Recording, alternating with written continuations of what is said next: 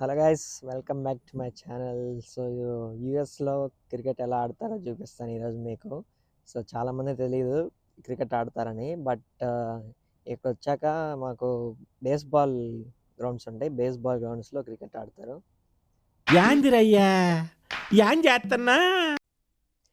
So చూస్తున్నారు కదా, of side అయితే మనకి డిస్టెన్స్ తక్కువ ఉంటుంది, but leg side as usual ఉంటుంది. Shot bye.